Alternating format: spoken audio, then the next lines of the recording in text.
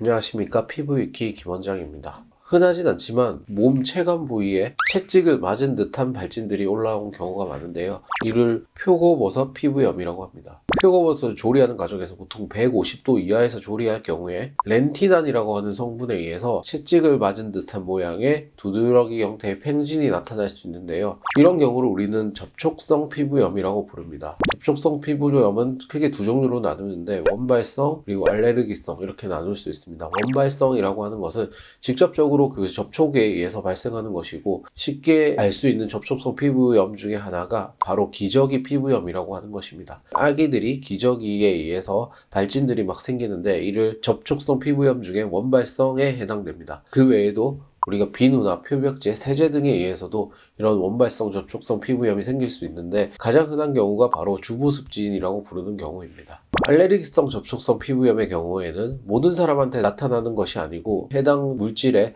알레르기가 있을 경우에 나타나는 경우가 많습니다. 이 알레르기성 접촉성 피부염에 해당되는 가장 대표적인 예가 바로 옷에 의한 알레르기인데요. 우리가 옷딱을 먹거나 하게 되면 전신적으로 발진이 올라오게 되는데, 이런 경우가 바로 알레르기성 접촉성 피부염에 해당됩니다. 먹었을 경우가 아니더라도 접촉을 했을 때도 생기게 되는데, 흔한 경우가 바로 금속에 의한 경우가 있습니다. 니켈, 크롬, 코발트 같은 물질들이 피부에 접촉을 했을 때 그 접촉한 형태 그대로 발진이 올라오고 가려움이 생기는데, 이런 경우에도 알레르기성 접촉성 피부염이라고 할 수 있습니다. 이런 접촉성 피부염의 원인이 되는 물질들을 피해주는 것만으로도 충분히 호전이 가능합니다. 또한 이렇게 급격히 가려움을 유발할 수 있기 때문에 급성기에는 단기적으로 스테로이드를 사용해서 가려움을 억제시켜야 할 때도 있습니다. 하지만 문제는 피부과를 내원했을 때 접촉성 피부염이 아닌데도 불구하고 접촉성 피부염으로 진단되는 경우가 많습니다. 만약 정말 접촉성 피부염이라면 원인이 되는 물질의 접촉을 피했을 때 단기적으로 호전 반응이 나타나고